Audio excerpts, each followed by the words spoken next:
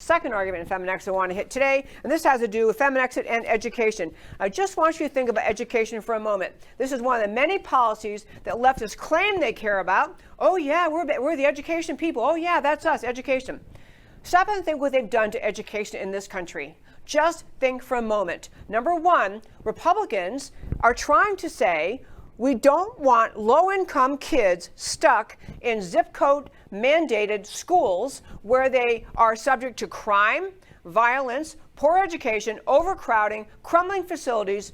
We, the Republicans, want to give those families school choice. We want to let responsible parents say, hey, you know what?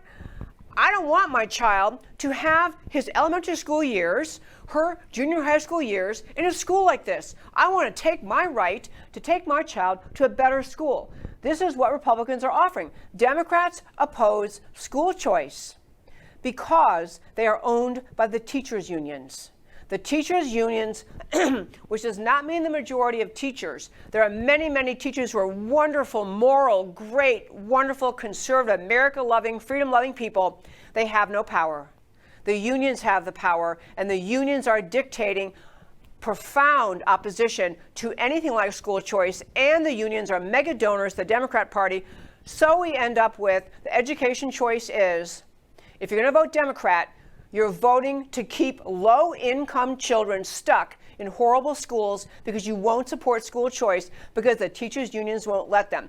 Other damage to the American education system coming to you from the Democrat Party are things like, why not just let boys compete in girls' sports? So your precious daughter, who has knocked herself out for years and years to become a really good gymnast or a really good runner or a really good athlete of some kind, and she's in high school and she just might make it to get a scholarship to go to college to play some sport. And now Democrat policy comes along that says, actually, you know what, this guy over here, the one who's 6'2" and weighs 280, he's actually says he's a girl. And so therefore he's going to run in the race against your daughter, or he's going to play in the basketball team, or other of a sport it is, because after all, transgenderism is a real thing, so if he says he's a girl, and your daughter just lost her scholarship. These are things happening all over the country, pushed by Democrats, enabled by Democrats, claimed as a virtue of fairness by Democrats. Absurd, everyone knows it. Stop supporting this silliness. If you keep voting for these people, they're going to keep doing these things to your children.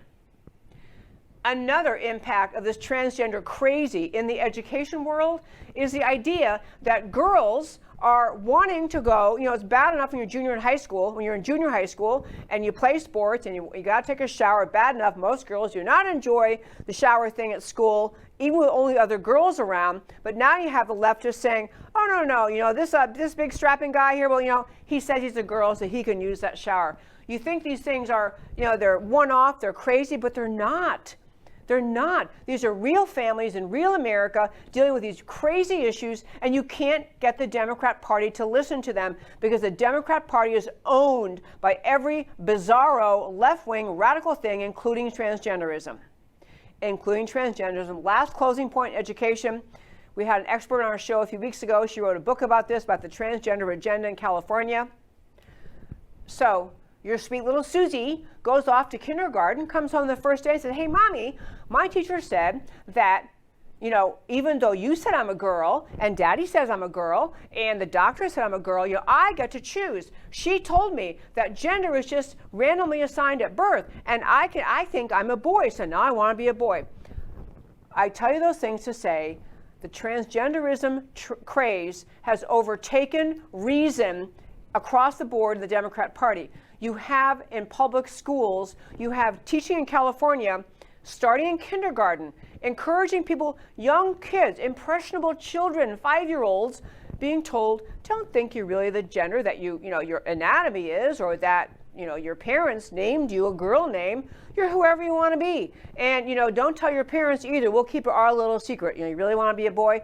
This is happening in schools because of left-wing policy. These are country-changing, culture-damaging, family-devastating policies the left engages in and encourages over and over and over. So on education, if you want to have quality education for low-income people that you care so much about, if you want to have your child have a normal experience in school, in sports, the education argument is all on the right. There is no logic to what the left has done to the education system in America. Last point in education, because it really, really matters, and that is things like the 1619 Project.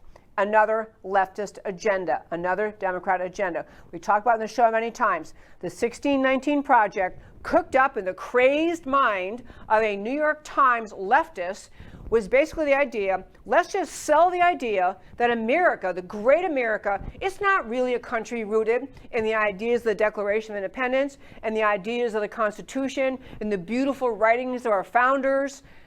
It's all based on the fact that slavery happened and that in 1619, the year 1619, the first slaves were brought to America's shore. So the argument of the leftists is the entire identity of America. It's not just spreading some more information so you understand better how bad the slave trade was, how evil it was, how big it was. It is to redefine in the minds of your children what America is. The 1619 Project, and frankly, education in our country from kindergarten through college over the last several decades has been infiltrated with the leftist thinking that denounces America, denounces the goodness of America, the greatness of America, and teaches children and young people to hate America, hate freedom, hate capitalism, hate the Declaration, hate the Founding Fathers, hate the constitutional structure, hate America. And this is why we have in our country so many millennials out of college so ignorantly educated, they actually think that socialism is a great idea and capitalism is a subject of white supremacy and for mean people. So, on education, the 1619 Project, bad enough the New York Times brought it up and publishes and blathers it out there.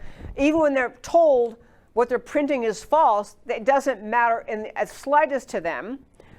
But it is now in your kids' schools.